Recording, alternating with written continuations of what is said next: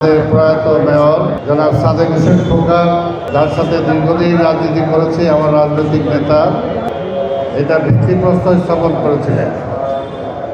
তার অসমাপ্ত কাজ আজকে সমাপ্ত আমরা করলাম এবং আমার পাশে তার সুযোগ্য সন্তান, আপনারা যাকে ভোট দিয়ে নির্বাচিত করেছেন এবং মাননীয় প্রধানমন্ত্রী যাকে সম্মানিত করেছেন মাননীয় প্রতিমন্ত্রী হিসাবে, এটা আমাদের এলাকার গর্ব। তাকে পাশে নিয়ে আজকের আমি এই কমিউনিটি সেন্টার উদ্বোধন করতে যাচ্ছি। এটা আমার জন্য একটা অনেক স্মৃতি বহন করবে আমার আজীবন।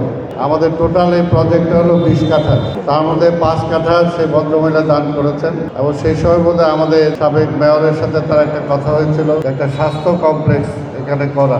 ইনশাল্লাহ আমরা সেটা যাতে ব্যবস্থা করতে পারি সেটা আমরা চেষ্টা করব, কারণ কমিউনিটি সেন্টারটা সবার জন্য, কমিউনিটির ডেভেলপমেন্টের জন্য, কমিউনিটির ফ্যাসিলিটিসের জন্য, এবং সেই কমিউনিটিতে সবাই থাকবে দল মত নির্বিশেষে। কিন্তু আমরা চাই প্রতিষ্ঠানটা যাতে রক্ষা হয়, যাতে অনেক খরচ করে করা হয়েছে এবং যাতে নাগরিক সুবিধাটা পায়, সেটার জন্য আমরা অনলাইন বুকিং এর ব্যবস্থা করেছি। আপনারা যারাই কমিউনিটি সেন্টার ভাড়া নিতে চাবেন সরাসরিও করতে পারেন, অনলাইনেও করতে পারবেন। আমার জীবনে প্রথম কোনো ভিত্তিপ্রস্তর স্থাপন অথবা কোনো উদ্বোধন আমি করলাম, কোনো নাম ফলকে আমার নাম এভাবে লেখা, তো আমি সেই বিষয়টা নিয়ে অত্যন্ত গর্ববোধ করছি। বিশেষ করে যেহেতু আমি আমাদের বীর মুক্তিযোদ্ধা, ঢাকা মহানগর দক্ষিণের প্রশাসক, আমার বাবার দীর্ঘ দিনের সঙ্গী, এই জন্য আমি ওনাকে দেখলেই বলি যে আপনার সাথে আমার বাবার আমি মানে এত মিল খুঁজে পাই, যখনই আপনাকে দেখি আমার বাবার কথা মনে পড়ে।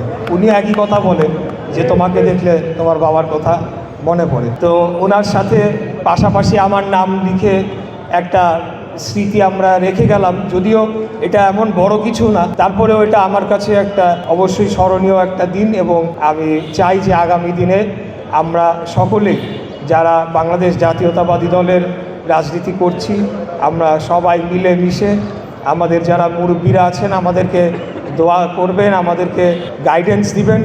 আমরা যারা নতুন সংসদ সদস্য হয়েছি বা মন্ত্রিসভায় স্থান পেয়েছি, আমরা সকলে একযোগে মিলেমিশে কাজ করে বাংলাদেশের যে সকল জনগণের সমস্যা রয়েছে সেগুলো নিরসনের জন্য আমরা জোরালোভাবে ভূমিকা রাখবো ইনশাআল্লাহ। নাসিমন বিবি নামে এক ভদ্র মহিলা, তিনি 5 কাঠা জমি সম্ভবত এই প্রজেক্টটা যখন হয় তিনি দান করে দিয়েছিলেন। তো তাকে আমাকে যে বিষয়টি জানানো হয়, যখন আমার বাবা মেয়র ছিলেন সম্ভবত তখন এই উদ্যোগটি নেওয়া হয়েছিল এবং তাকে আমরা স্মরণ করছি। যে শুধুমাত্র সিটি কর্পোরেশনের পক্ষে একা নগর পরিষ্কার রাখা সম্ভব না। নগর পরিষ্কার রাখতে হলে নাগরিক দায়িত্বটা পালন করতে হবে। আমরা যদি ড্রেনগুলো বন্ধ করে দেই, আমরা যদি পলিথিন ফেলে ড্রেন বন্ধ করি, একদিক দিয়ে সিটি কর্পোরেশন পরিষ্কার করে গেল, আরেক দিক দিয়ে আমি ময়লা আবর্জনা ফেলি, তাহলে তো হবে না। আরেকটা ব্যাপার পরিষ্কার, যেটা নগরের পক্ষ থেকে বলা হয়েছে, যারা ময়লা আবর্জনা সংগ্রহ করার জন্য যারা টেন্ডার দিয়েছেন, পরিষ্কার কথা সেখানে উল্লেখ আছে 100 টাকার বেশি কেউ নিতে পারবেন না। যদি নেন তাহলে তার লাইসেন্স কিন্তু বাতিল করা হবে।